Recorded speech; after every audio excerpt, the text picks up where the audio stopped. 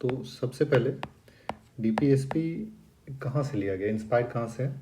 तो ये बेसिकली हमने बोरो किया था आयरिश कॉन्स्टिट्यूशन से, ठीक है। तो पहला पॉइंट है जो कीवर्ड याद रखना है कि it has been borrowed from Irish constitution. बस कीवर्ड याद रखना है ताकि एग्जाम में मैक्सिमम हम लिख सकें। बोरोड फ्रॉम आयरिश कॉन्स्टिट्यूशन, ये हो गया फर्स्ट पॉइंट, ठीक। नेक्स्ट है कि ये कहाँ पे है हमारे कॉन्स्टिट्यूशन में, तो ये पार्ट 4 में है।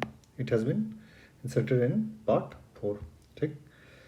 अब नेक्स्ट पॉइंट है कि डायरेक्टिव प्रिंसिपल स्टेट पॉलिसी का मतलब क्या है, डीपीएसपी का मतलब क्या है। तो इसको अगर अलग अलग डिकोड करें तो D4 होता है डायरेक्टिव, यानी ये एक तरह का डायरेक्टिव है, ठीक है, स्टेट को, डायरेक्टिव इसको स्टेट को।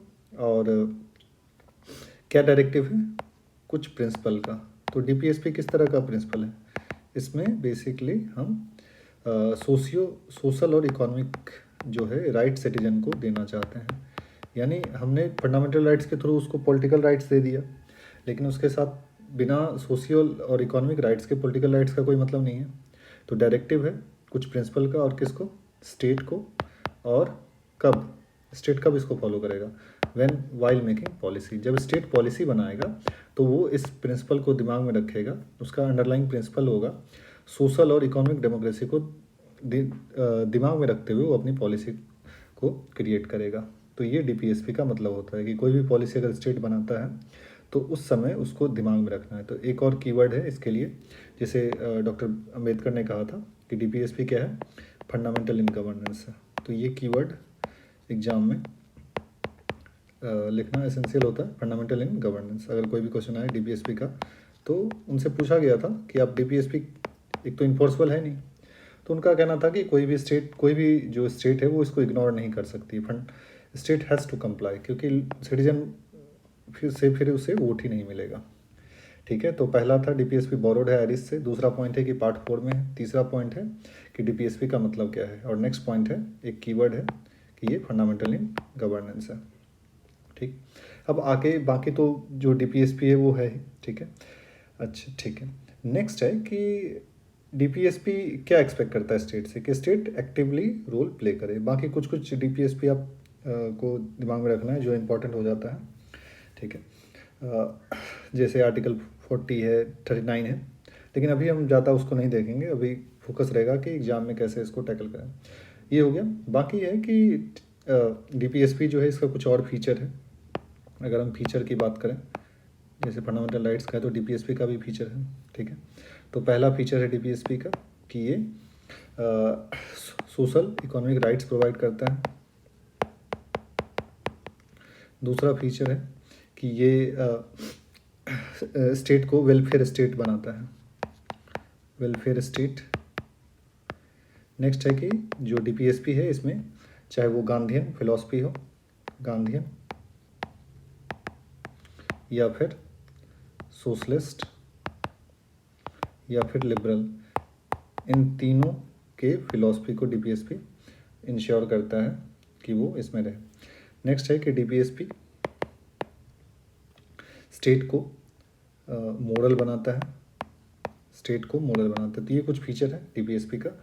सोशल इकोनॉमिक राइट्स मेंशन है, वेलफेयर स्टेट बनाता है स्टेट को, गांधीयन, सोशलिस्ट और लिबरल मॉडल मेंशन करता है, उसके अलावा स्टेट को मॉडल बनाता है।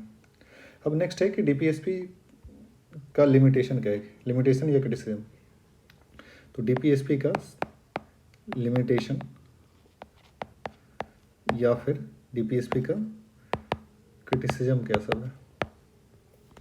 तो पहला क्रिटिसिज्म है कि ये सबसे जो बड़ा क्रिटिसिज्म होता है डीपीएसपी का वो है कि ये एक तरीके का नॉन जस्टिसेबल है, यानी आप कोर्ट नहीं जा सकते हैं अगर ये स्टेट इसको इन्फोर्स नहीं भी करता। ये कीवर्ड याद रखना, नॉन जस्टिसेबल है।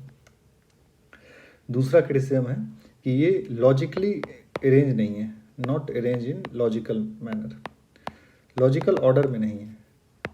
इसका मतलब क्या हो गया, यानी आप जब डीपीएसपी स्टार्ट होता है तो वो जैसे आर्टिकल 39 है, ठीक है। तो 39 में जो है, या 39A ले लेते हैं, वहाँ पे लीगल एड के बारे में है 39A में। लेकिन फिर 40 में पंचायत के बारे में, तो एक ऑर्डर नहीं है डीपीएसपी में, तो लॉजिकल ऑर्डर में मेंशन नहीं है। ठीक, अगला जो क्रिटिसिज्म है इसका डीपीएसपी का, वो एक तरीके से कि कन्फ्लिक्ट, कॉन्स्टिट्यूशनल कन्फ्लिक्ट क्रिएट करता है डीपीएसपी। डीपीएसपी एक तरह का जो है वो कॉन्स्टिट्यूशनल कन्फ्लिक्ट क्रिएट करता है। इसका एक और लिमिटेशन है या क्रिटिसिज्म है, कॉन्स्टिट्यूशनल कन्फ्लिक्ट क्रिएट करता है किसके किसके बीच, सेंटर और स्टेट के बीच। अब सेंटर कोई पॉलिसी इम्प्लीमेंट करना चाहती है, स्टेट का कुछ और है। दूसरा कन्फ्लिक्ट क्रिएट करता है ये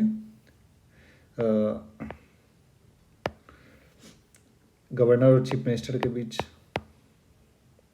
तो बस कन्फ्लिक्ट याद रखना है, जिससे ज़्यादा अभी पॉइंट नहीं देंगे। तो ठीक है, डीपीएसपी का क्रिटिसिज्म तो है, लेकिन आप कंक्लूड जब करेंगे तो पॉजिटिव मैनर में ही करेंगे। तो वहाँ पे आप कह सकते हैं कि यदि फंडामेंटल राइट्स अगर पॉलिटिकल डेमोक्रेसी प्रोवाइड करता है, फंडामेंटल राइट्स अगर इंश्योर करता है पॉलिटिकल डेमोक्रेसी को, तो डीपीएसपी जो है वो इंश्योर करता है इकोनॉमिक डेमोक्रेसी को। डीपीएसपी इंश्योर करता है इकोनॉमिक डेमोक्रेसी को, और दोनों जो है they are not conflict which other, rather fundamental rights और डीपीएसपी एक तरीके से क्या करता है, कॉम्प्लीमेंट करता है। दे आर नॉट एंटीथेसिस, यानी एक दूसरे के विरोध में नहीं है, रादर कॉम्प्लीमेंट करता है। तो ये कुछ पॉइंट है डीपीएसपी का। पहला इंपॉर्टेंट पॉइंट था कि इसका डीपीएसपी जो है बोरोड है, पार्ट 4 में है।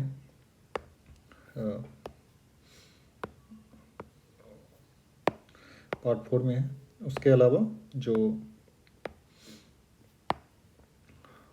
सोशल इकोनॉमिक डेमोक्रेसी को प्रमोट करता है। उसके बाद कीवर्ड याद रखना है फंडामेंटल गवर्नेंस है। फीचर क्या है इसका डीपीएसपी का कि सोशल इकोनॉमिक डेमोक्रेसी को प्रमोट करता है, वेलफेयर स्टेट बनाता है, गांधीयन सोशलिस्ट और लिबरल आइडियोलॉजी को प्रमोट करता है, मोरल स्टेट को बनाता है।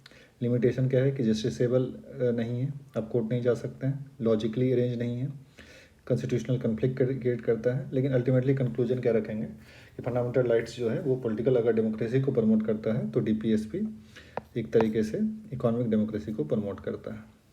ये हो गया पहला। अब आगे देखेंगे कि कैसे कन्फ्लिक्ट है फंडामेंटल राइट्स और डीपीएसपी में।